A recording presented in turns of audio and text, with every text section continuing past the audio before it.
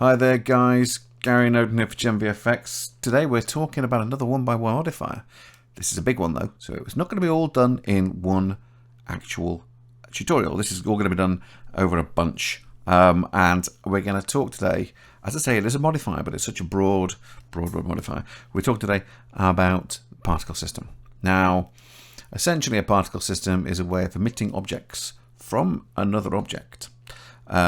Normally in the form of like small globes or lines or objects, using replacements. It's a really clever, wonderful way of making things like fireworks and stuff like that. But I'm just going to go through the motions of explaining what it's about, because the particle system in this one, the particle system in here, if I've got the object selected, I'm not going to apply it to the cube. It's not just, it doesn't just control the particles, it also controls hair. So it's a big system. But I mean, that says it all. A procedural operation effect. It's just gone away. Procedural operation effect to the active object. Particle system spawns particles from the shape. Yeah, it's a big thing. So anyway, what we're going to do, I'm going to leave the camera, I'm going to leave the light, but sacrilege, I'm going to blow away the default cube. Goodbye, default cube. And in its place, I'm going to add a mesh, and it's going to be a grid. Yeah, let's do it. Let's just do a little grid. I'm going to reduce the subdivisions a little bit. I'm going to make the size 10. So I'm not really bothered about, I'm not really bothered that much about how many divisions there are. But I'm going to lower them because I'm actually going to help to explain a few little systems that happen using it. If I just press O for a second, I'm just going to go and get this camera, go into the view, go camera to view, and just pull this back. I don't really want to be able to have to faff around too much with this. So let's just get it out of the road. Let's get out of the road! Let's move this over here and shift this up. And let's go back to here so we can just move around. Right, so there's our grid. And that is going to be our particle emitter. So we do what we always do, which is go to add modifier, and we go particle system. Now, just so you know, that's not the only way to apply this. You can go down to the particle node down here in the property editor and click the plus. That does the same thing. So if I press play on this now, you'll see there are particles dropping from this. They are the render type down here is set to halo. I'm going to very quickly cover these.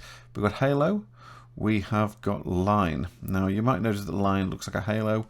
It just doesn't really have, it doesn't really work in the viewport or render anymore for some reason. I'm not sure whether that's me or whether that's 2.93.4.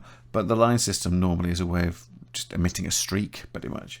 It's great for doing things like rain. I'm sure there's a reason why I'm not getting on this. A path, that's more for hair. So again, you'll just see we're getting a halo again, you can see. And then over here, we've got object. Now, object, of course, is going to now show nothing when I press play because there's no object connected to it. But we'll come back to that. First of all, let's just stick with the halo. And we're going to talk about the emission here. We've got hair, which you can see there is just, if you click on it, you generally get hair, which we've used before for grass systems. But I'm going to go back to the emitter here. And you notice obviously a few things change. The regrow, the advanced vanishes away. Then there's hair dynamics up here. So we're going to turn it off. We're just going to talk about the straightforward emission. Now, the number of the number emitted you see here is kind of like it's how many I think it emits over the course of like a minute, I guess. I can't think exactly how it is. I mean, 1,000, the default is that's probably emitting by the time we reach about 10 seconds, 250 frames. Probably has done 66, but I don't know exactly what it is, how it works in terms of the values. But so if we set this up to 5,000, you'll see there. Ooh, look at that nice big drop of particles, and that's fine. That's fine. We'll leave that. That's quite nice. It still runs quite neatly, but you can see what's going on. And there's the seed, which if I change it, basically the seed is like an overall random. So if I just zip through that, it's changing and restarting pretty much the whole thing from any point. So if we set the seed to, I don't know, big number and hit that, excuse me, that will just keep dripping, but it will be totally different to the layout as it would be if you have it on 0. Just leave it on 0. It's not a big deal. it's if you've got something which kind of looks right, but you just want to try a different version of it, set the seed to a different value. Don't animate it, even though you can. It just ends up looking noisy and messy. What we have here below that is the start frame and the end frame and the lifetime random. Now this is really, really good because sometimes when you do these things, you don't want to actually start this at frame 1. Say we wanted this to start at frame 40. So let's set the beginning frame to 40. And I want it to end at 80. So let's set the end frame to 80. And I want them to live for, from the point of their birth, I want them to live for 20 frames. So the ones that emit at 40 will be dead at 60. The ones that emit at 50 will be dead at 70. And the ones that emit at 60 will be dead at 80. And the ones that emit at 80 will be dead by frame 100. So by the time we reach frame 100, there should be nothing on the screen. So I'm going to set this to 125 on the end, and you'll see what I mean. So if I play this, nothing happens till we reach 40, and then they fall, and then they die. There you go. So it's that's brilliant. That's really, really good. If I'm going to set the lifetime to something a bit more realistic, shall I? Let's set them to 80. So they live for 80 frames. There you go.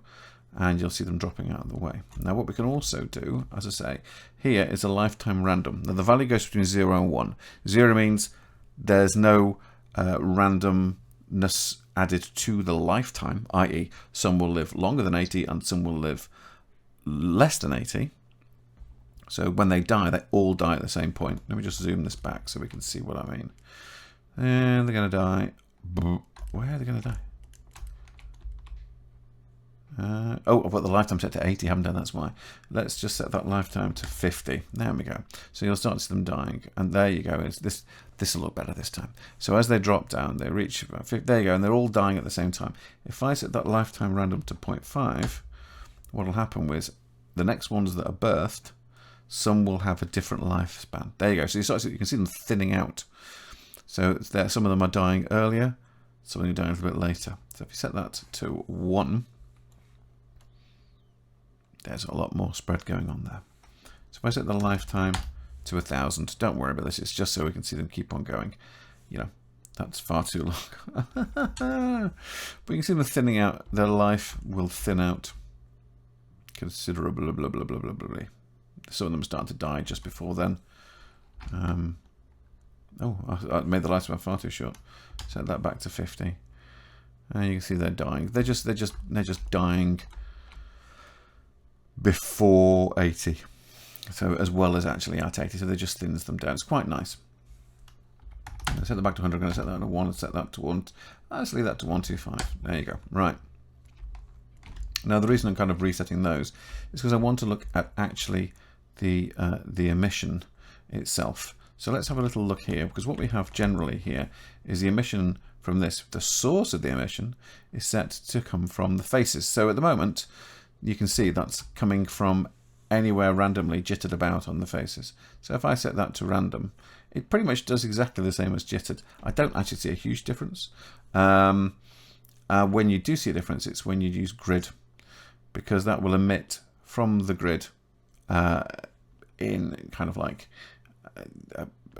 you can increase the resolution of how often it emits from the grid.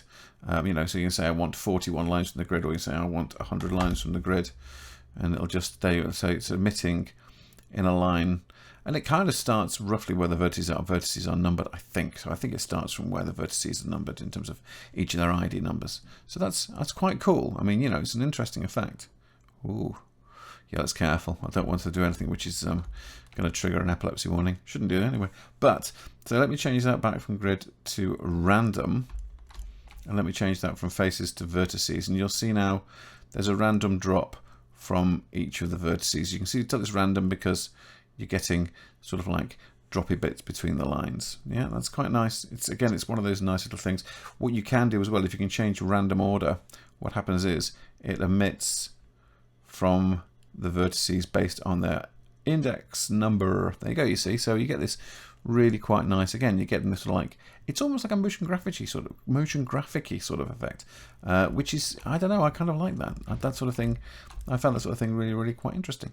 It might not be something you necessarily want, but you never know.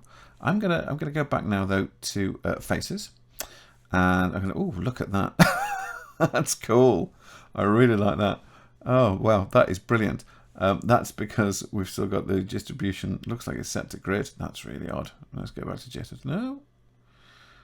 That's right. We want to set it back to a random order. There you go. That's what it is. So there you go. That's dropping. That's dropping really quite nicely. I quite like that actually. But you'll notice here we have a little sort of like bump in. It's like why is that little bump there? Well, that's because actually this is emitting from the normal, but gravity, the scene's gravity is taking over and pulling them down.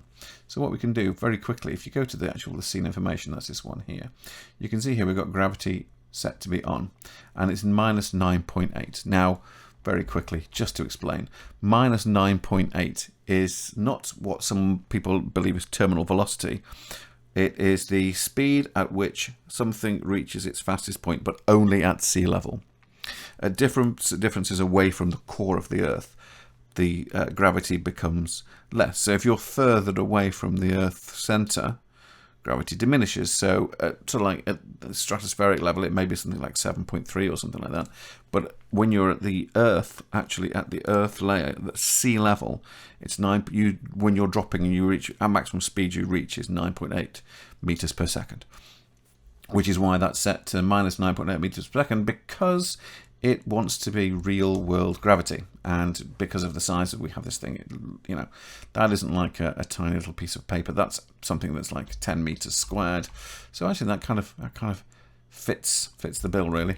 But what I'm going to do, I'm going to turn the gravity off, and you'll notice now that they're just traveling upwards. They're traveling upwards, and if we go back to our particle emitter, we just go here into the particle settings, we go into velocity. They are running off of the surface at 1 meter per second, so they're traveling 1 meter every second. If we set that to 2, the next set will start to overtake them as it starts to run. There you go. They're in 2. If we set it to 10, I just keep going up like that to 10. So if they're going at 10, and then my particle system, then we go in the particle system, then we go back and put on gravity, what we'll get is this kind of like, ooh, look at that, as it starts to go up and drop back down. And so that's kind of that sort of like waterfally, springy kind of thing. So if I take the surface and let's just go to edit mode, and obviously when you're in edit mode you can't see the particle system, just keep that in mind. I'm going to scale this down like this, so it's a bit smaller, and let's go back to object mode. There you go. So we've got something that kind of has that kind of almost a fountainy kind of feel, but obviously they're all reaching the same point at exactly the same point, and that's because obviously they're not random enough. So what we can do right here is we can add some randomization to this. There you can see, now if I just increase the randomization at the bottom there, you can see it's affecting the top. They're all sort of arriving there at slightly different times. We're not going to think about object. I'll explain it very quickly. Object velocity is if you have an object which is moving. Well, actually, no, let me just show you. I might as well. I'm not missing these out. I'm just going to explain something quickly. If I just take this object and I go to frame 1, and I'm going to move it over here, I'm going to press I on location. Let's go to frame 30, and let's move it all the way to here, and let's put another I on location. Now, what I'm going to do is I'm going to just play this as it is without the object, with the object velocity set to 0. And what happens is they emit, and you can see they're just going up, and they are only going up from where they are emitted. They bear no relationship to the movement of the object. But if you actually have something which is moving and emitting upwards, when it stops, the initial motion from the object is still transferred into the motion of the particles. It just is. So if I set the object velocity on this to 0.5, nothing more than that I'll do, and press play, what will happen is it'll go boom, and then you'll see it started to throw them forwards, because even though the object has stopped, that object velocity has been transferred into the object, into the particle. So it goes along, it goes poof, you see, and they start to go forwards until they start to keep on going up again. For example, if we were then to go to frame 60 here, and let's go an I there on location. Location, I'll press the I again by accident, and then we move back to 90, and we move this over here, and put 9 location again. Let's go back here. say you put an I mean a keyframe. And then that goes up, and then that does the same thing, you see. So it actually just takes those velocities. It's really good, especially if you've got something like objects that you've got particles, say, sitting on you've emitted them on an object, but they're kind of stuck to it, and then you move the object around and you brake. But at the same time, you then turn off the rigidity, the friction of the object, and it means that you'll just chuck the particles off. So it's clever. It's clever stuff. Now, what I'm going to do is I'm going to go back to here. Let's put this roughly in the middle, and let's go to our item, and we're going to remove, just delete the keyframes. Just delete all the keyframes, please. Clear keyframes. Thank you. So it's sitting roughly in the middle. Oh, and you'll also notice it's starting to cache our animation. Look at that. Which is the caching, basically, is the action of storing information, particle information, within the scene, so that you're able to scrub your animation forwards and backwards. You can have geometry caches, you can have alembic caches, you can have any sort of object, any sort of thing where you can store information which can be read on the fly, frame by frame. It's basically referred to as a cache. It's spelled C-A-C-H-E, as it said there. Which means, I think that means, I don't know what the exact definition is, but I think of it in terms of a place where you just store things. So, like a weapons cache. So we're going to go here, and I want to look at now very quickly. If we just come here, let's just press play on this, and we can see he's going up in the air. Nice. Now we have something here called tangent. So if I put this to, say, 20, you can see they're flying off on some normal tangent. They're all just going all the way over there. Oh, look at them flying off. They are not really randomized. Just put that about 0.5. It's not really making any difference to those, really. What they're doing is they're traveling in a tangential pattern away from the normal of the object. If I phase this, you can see it's turning around. So if I see what's happening now. If I couldn't do otherwise, why is that not moving? If I drag in this, you can see they're going from 1 all the way around, because it's not a Euler rotation, all the way around from 1 to 0, 1 to -1. So that's basically the flight that it's taking around the tangents of our object. So if this wasn't necessarily a straightforwardly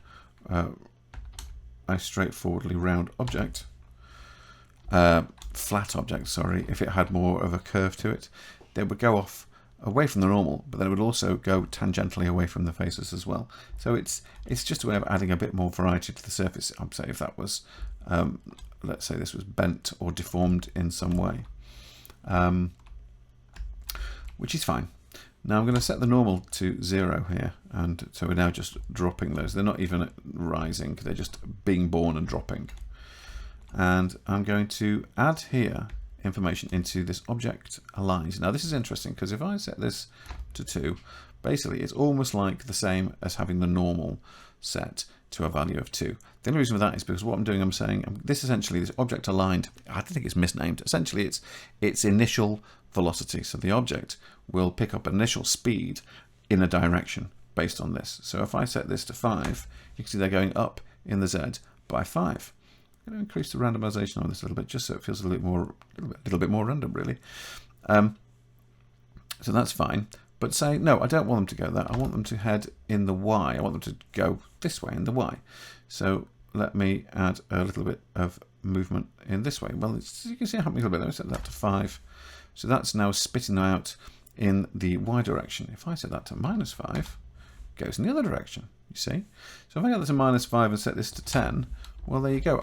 They're just now is firing them up into the air. So that's like a pressure jet.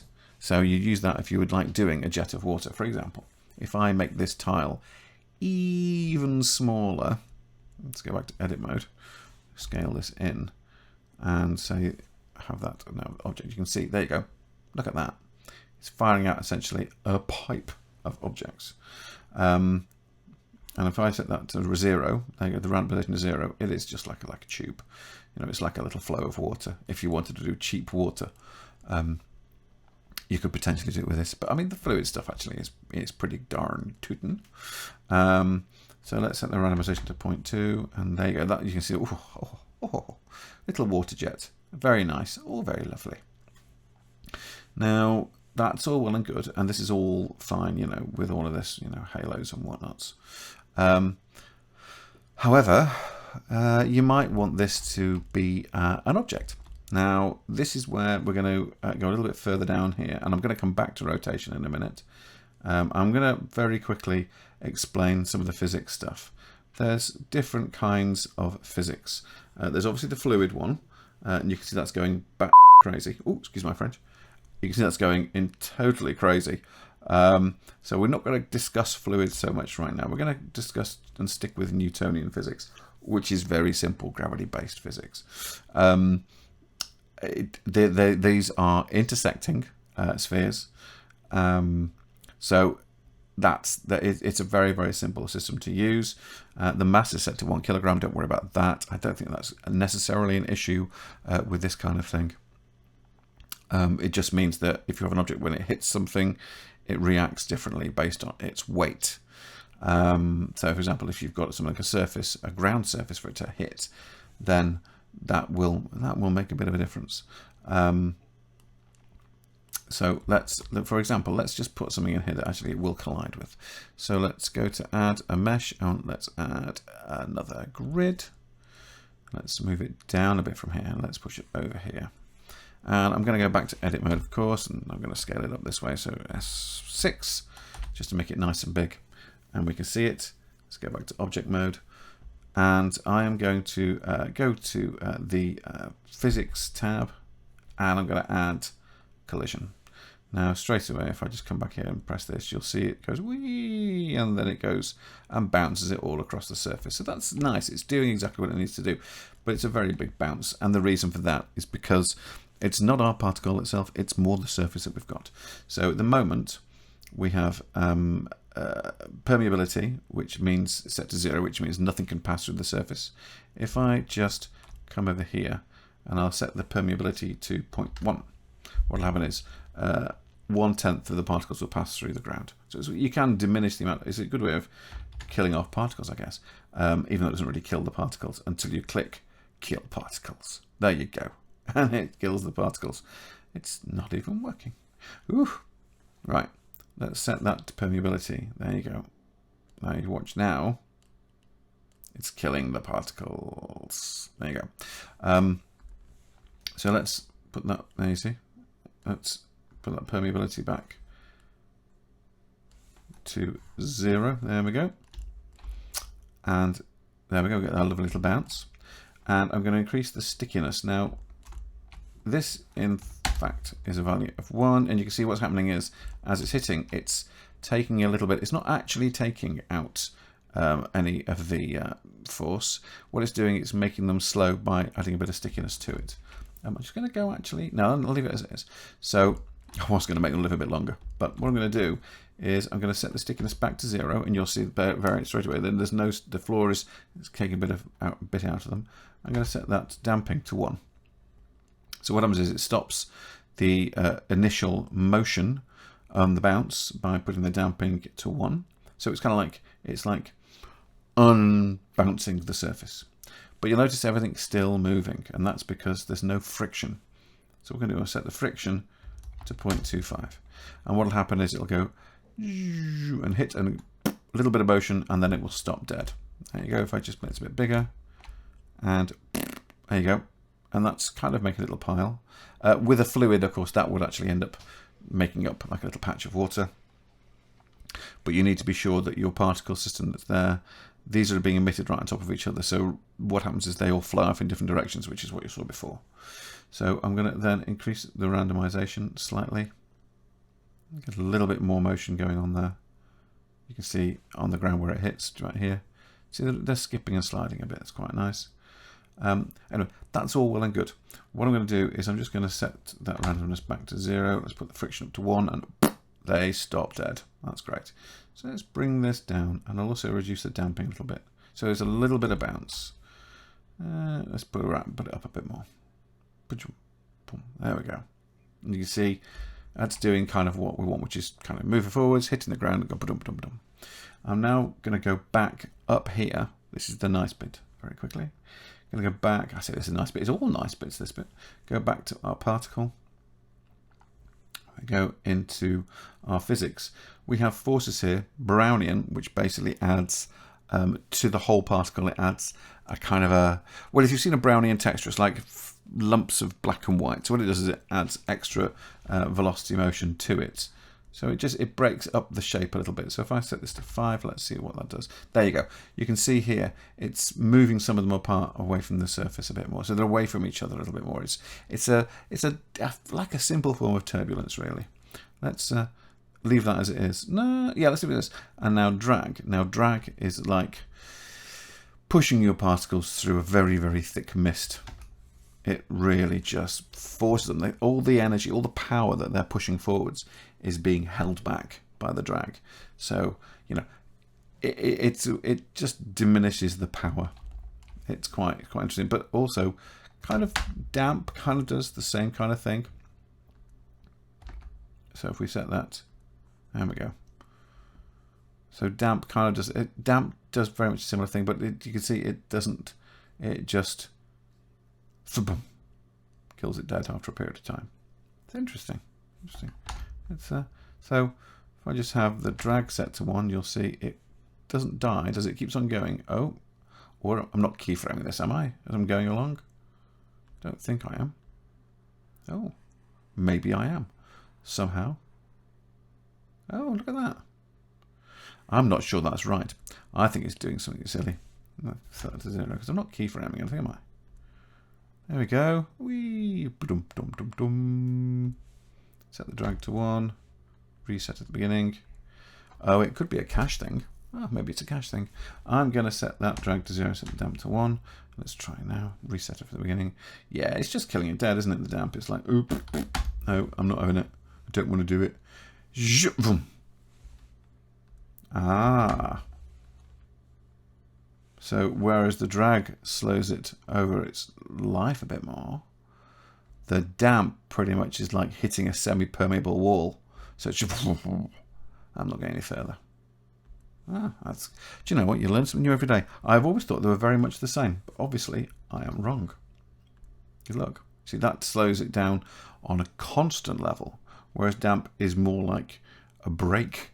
That's clever. I like it. Right. Oof, love that. So what I wanted to talk to you very quickly now, and then I think we'll probably stop it after this, because this is probably a good time to call it the day. I'm going to very quickly add some objects. So let's add in a cube, and let's add in a UV sphere, and let's add in, because why not, let's add in a torus. And I'm going to take each of these objects, let's go into edit mode, and let's pick the sphere and the torus and our cube, and I'm going to change this to individual origins, and let's just frame it on these so we can see what I'm doing. What I'm going to do, I'm just going to scale all this down, change it to individual origins. In fact, to prove this, it's probably a better way to do it is to move these around a bit. If I move this cube here, that's nice, it looks like a planet, and I move that there.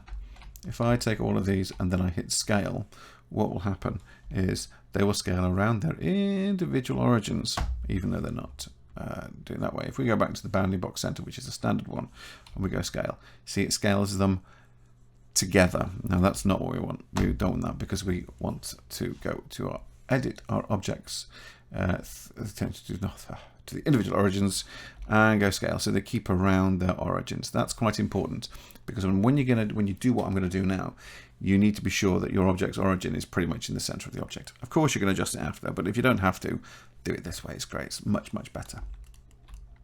So there we have our 3 objects. Let's just move them up and push them out of the way. And let's just push them a little bit closer. Whoops, a little bit closer together. Yeah, there we go. There we go. And you there. Over you go. Thank you very much. So first and foremost, let's just go back to, I'm going to make a new collection, and I'm going to call it objects. I can't say objects. And I'm going to take the torus and drop it into objects and sphere and the cube. So they are totally separate to our main stuff. So that's our floor. Let's call it floor. Bouncy floor. And then our grid, I'm going to change that to emitter. Very sensible naming conventions. We like those. So at the moment, we've got this coming out of here like this as a jet and going thum, thum, thum, and bouncing and not really sticking much, but sticking a bit. So that's good. Now I want these to be objects. Could it be one object or could it be a bunch of objects? Well, here we go. If we go down to render and we change it to object, up opens this panel here and it says, what object do you want? So let's say I want a cube. Now you can see straight away that we have lots of cubes following the path of our particle emitter. So when I play this through, it's like, ooh, look at that, look at that. They're all cubes and they're all basically just blocks that aren't rotating. Which is why we now go back up to where I was referring to before, which is the rotation, and we click that on.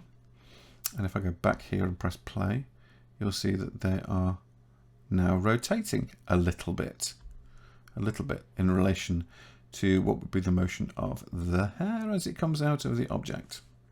So I'm going to change this to normal tangent, and then what happens is that comes out based on the tangent of the normal.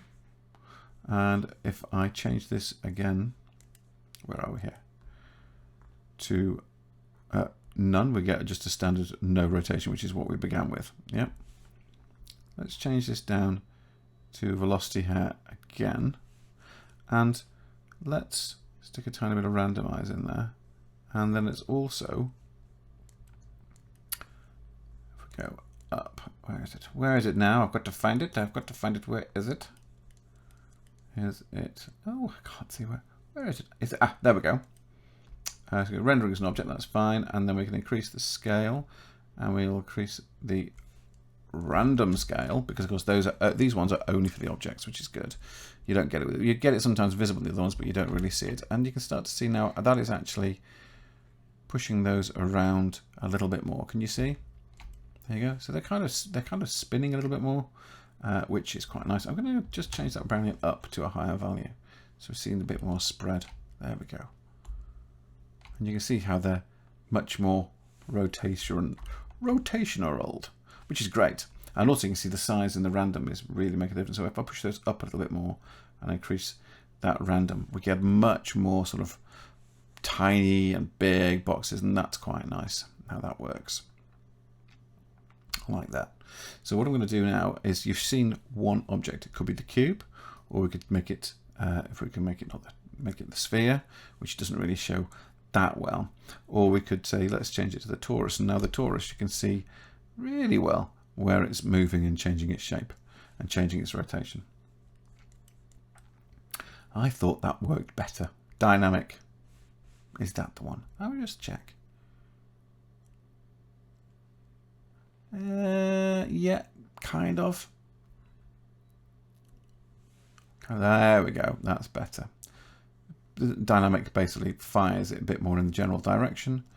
That's got a far more sort of dynamic. Well, that makes sense. It's got a much more realistic dynamic feel to it. I'll just pick those figures. There we go. The toruses. But what we can do is say, well, maybe I want three things. I want the boxes, and I want the toruses, and I want the spheres all being thrown around. So what we do to go back here to our render, we change it from object to collection, and then we pointed out at a objects collection, and then there you go. It takes randomly positioned objects, just takes them and drops those in. And so we just get a bit closer. You can see if I stop it when it's reached, yeah, you see we can see all those different objects in there flying around. Being emissioned. I'm having real problems today. What we can do is we can set it to also pick random. Now, pick random kind of is the same as the other, as without it picking random, but it's just good. It's just good. I like it. So we can go, ooh, there you go, ba-dumph, like that. Now, don't forget, as I said, that this is not a fluid, so these will kind of pass through each other. If you want to do something where you do want things are going to collect and fill up, you really need to set them as fluids, because then you have a much more sort of like fluid feel to them, obviously. Or what we can do is we can change it from leave pick random, leave on the object scale, click on whole collection. Now you'll notice this is looking insane. And the reason for that is because it's actually taking and emitting the collection from our object. Now, you may also notice that our collection is a long way from the origin, because it takes the actual world origin as a position for where the collection comes from. So it's actually emitting the object from the origin as being its center point. So that's why they're also massively offset. So if I take these objects and I bring them back towards the origin, you'll see now, there you go. Still not quite there. Let's just take that to there, and let's G, and then bring that to there, and then let's take this. I really should stop that moving because it's really giving me a headache. Go to here, and let's move this back to here, and you can see they're repositioning, so they're more accurate to the position of the initial particle, because they are basically replacing the origin of that collection onto the particle pointers. So now you can see it go like this, poof, and it's, you know, it's pretty nice. I will change even the whole collection though. You can get global coordinates, so it takes the individual object as well as its position of where it's emitting. So for example, if I take this sphere now and I move this over here, we get the complete replication of the initial one, but coming roughly from its relation to the origin. So if I take my sphere and move it back, you see, whoops, I've moved it the wrong way. Take my sphere and let's just pop it into, move this back, sets the emission from there. This cube, move it forwards. So, and they're all doing the same thing still, but they're kind of moving, their initial point is from wherever they are globally. So that's, you can get some interesting effects with this sort of stuff. Let's just put them back though where they were. I kind of liked them when they were in the right place. So let's, in fact, I don't have to actually position them back. I'll just make sure that the actual emitter pays attention to where they pays attention to where they exist. So let's turn off the global coordinates, and they're all back at the beginning. And the object rotation means that if I take this cube and if I rotate it, it has that it transfers the information back into the cube. So in theory, you can be animating an object, and it'll take that animation and pop it onto the object. So it's just nice. It's just nice. So yeah, that's the basis stuff. The basis stuff on this. What I'm going to do very quickly is I'm going to add one of the forces. I'm going to add turbulence to this. So what I'm going to do is I'm going to go back to our emitter. They all kind of work on the same principles. So, but I'm just going to show you with the turbulence. So let's very quickly, because we're now at 37 minutes, and I don't think we're going to need to edit too much out of this. Just bleep one word. And if we go back to here and on our emitter, and I'm going to go, where was I? There we go, the physics down here. I'm going to take the Brownian, which we have. Where is our Brownian? Where are you? Where are you, Mr.? There we go. I'm going to set that to 1. So it's a little bit of difference. There you go. And they're all firing out. What I'm going to do now is I'm going to add a force field, and I'm going to add, where is it? Turbulence. Now immediately, because of this is interesting. Immediately you'll see that it's appeared. The turbulence axis has appeared throughout this entire thing because it's automatically put it into our object collection. Now that's interesting because I'm going to move it out. That's interesting because it does mean that if I suddenly decide to add another object, I want to let's have an icosphere and let its subdivisions to 1, so it feels a bit more nice. Let's reduce its size, and you'll see as well that's automatically, because it went straight into there, it's now become part of our particle system. So you can actually add other objects in as and when you want to see how it works. Now what I'm going to do, as I said, that turbulence I've created, you can't see it very much because it hasn't done a huge amount, but if I go down here to its properties, oh yes, no, sorry, go down to the physics. Yes, of course, the physics. I'm going to leave it as a point. I might as well. You can set it to a line or a plane. I'm going to leave it as a point. And I'm going to set the strength to 100. Now, the reason I set it to 100 so we can see what it does. Whoa, he says. Look at that. Straight away, what that does is that perturbs our particle's flight. So you can get some really, really amazingly weird stuff. I'm going to set that down to 50. And let's increase the size to 1 for the sake of argument. And now we can see that it does some nice perturbation.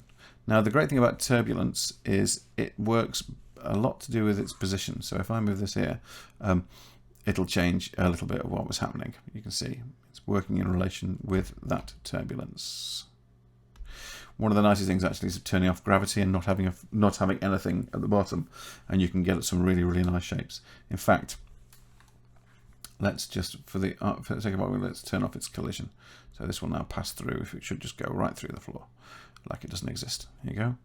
And let's turn off the gravity. So let's go back to our scene and turn off the gravity. And in fact, let me just turn this off for the sake of argument as well. Let's go back to here and press play. And you can see the turbulence is chucking these all over the place.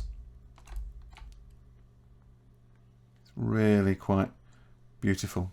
And if you have the life on these are much longer, you can get some even funkier stuff. As I said, because the way these things work, it's based on the position of the turbulence. I put this here, and let's just keyframe the location, and then put one over here, and keyframe the location. No use to me until I put it over there. Keyframe the location. There we go. Right, thanks. And I'll play this now, and you'll see that the turbulence is changing the shape of it as it's moving. So you can get this kind of like really smoky kind of effect, even though obviously these aren't smoky things. These are weird objects at the best of times. There you go. You can see, and it's gets some really beautiful curls and curves and stuff. Really nice. No, so turbulence is really cool, and it is one of the forces that you can use in this, and there are quite a few. I'll go through them all, but not in this one. As I say, this is a basic start, give you a good idea of how these things work. I'm now going to basically turn off the turbulence.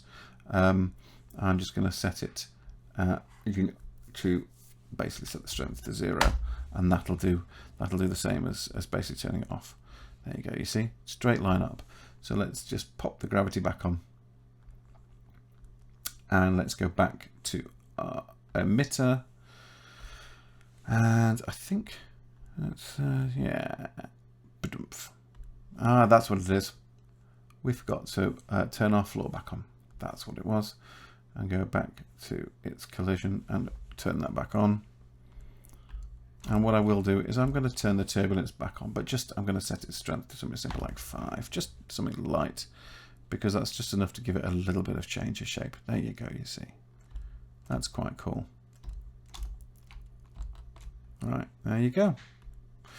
And of course you can shade each object individually, and then that information will make its way through to your actual final particle shape. So I'm just going to go here to my shading, and let's stick it onto Eevee. And let's go back into our objects, go to my cube, and let's make it a nice red. Oh, I'm not sure that's a nice red. A nice red. There we go. And let's make it metallic, and let's lower its roughness and chuck up the specularium. And then we'll pick our icosphere. And base color, let's make this pale blue, big blue. And let's make that a little bit metallic, but I'm also going to give it some subsurface. Yeah, let's make it a bit more. Let's turn off the metallic. Let's turn off the specular. Let's increase the roughness. Yeah, let's do that. And then let's take the sphere and let's make this green, shall we? Let's make it green. I'm going to make it green.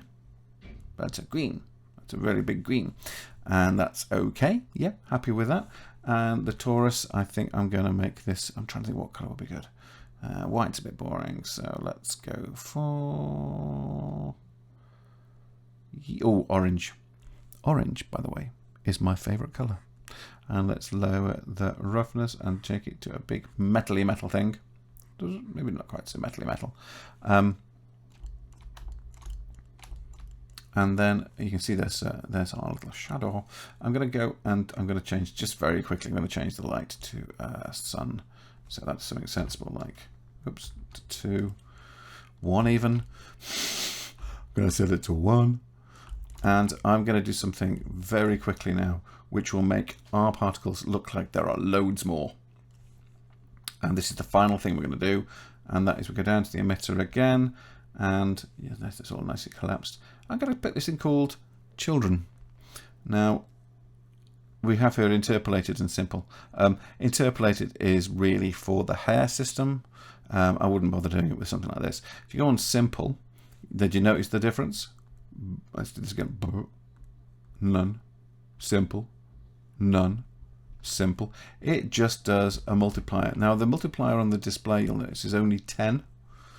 The render amount is 100. Let's just set this to 100. Whew, that took a bit of a time. Now let's stick it in. Hey! Let's just set that in a second. There we go. Let's just stick in. Oh, you devil, you. Thank you. A timeline. There we go. So I can scrub through this. Now, obviously, it's not scrubbing backwards because I haven't cached the animation. So let's just very quickly cache this. So we're going to bake all the dynamics, and it's done. So I can now scrub in this. You see, I can scrub it forwards and backwards. It's that quick. This isn't a fast machine I've got here, really. Not that fast anyway. Change that to simple. And I'm going to bake all the dynamics again. Not that I probably need to, but let's do it anyway. And now you can see this very slow process. Let's just set the display back to 10. There we go. That's a little bit faster. And what we've got here is lots and lots of objects, because the children, what this does, if I just the length, it doesn't really make much of a difference to this, if any at all. What we're looking at here is radius, and I think size does help a little bit. Yes. So you can change the size and increase the randomness to that size as well. Oh, that feels quite Christmassy actually. And we've got the radius, and the radius is the region around the particle. So if I set the radius to 0, they're all literally right on top of each other and they look awful. But if I just spread them out a bit, you can see. Now remember, obviously these are passing in and out of each other. As I said, they're not fluids. You increase the radius, and then you can either increase or decrease the roundness. So the roundness feels a little bit more random, but if it's 0, but if it's round, if you push it that way, it just means that it says I'm going to move these within a spherical volume, basically around that first point. So now if I play this back again, in fact I take it back to the beginning, press play.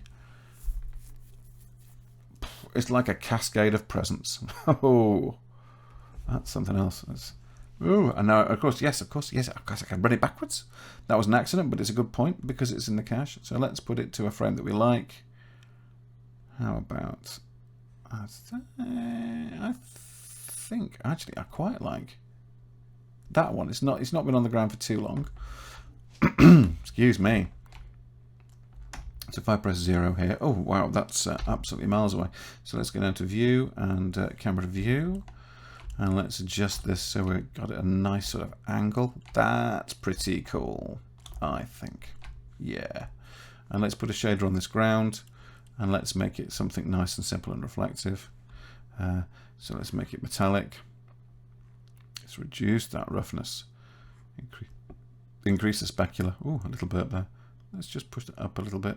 I think we should be able to get. Oh, I know why not. I know why we haven't got it, because I haven't in the settings turned on things like ambient occlusion and things like screen space reflections. There you go.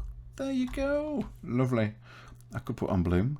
I always feel like something I want to do in. I don't want to do in here. I want to do that in comp, really. That's the thing.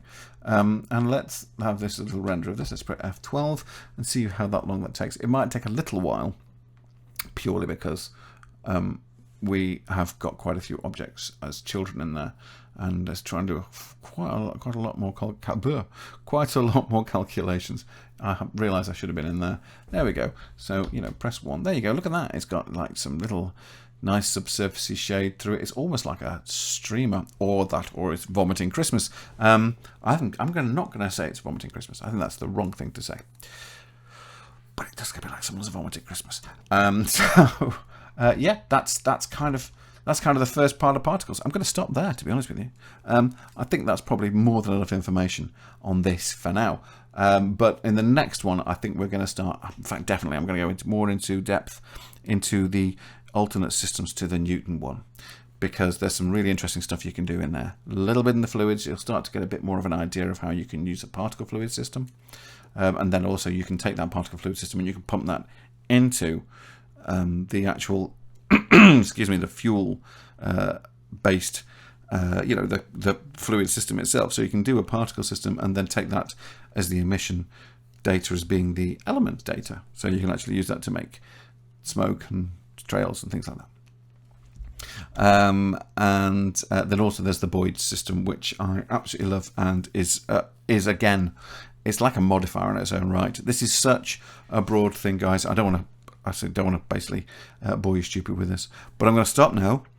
And I hope this has been of some use to you. Please tell me if it has been. Please tell me if it's not been. And yeah, guys, thank you so much. It's always a pleasure, never a chore. I now have over 500 subscribers, which totally blows my mind. Maybe when I reach 1,000, I'll think of doing something a bit more interesting. I can't risk a 24-hour one just yet, but I might do a live stream. I might do a live stream with my face in the corner. That'd be interesting. Anyway, guys, I'm going to stop now, and I will speak to you soon. Take care, and look after yourselves. Bye.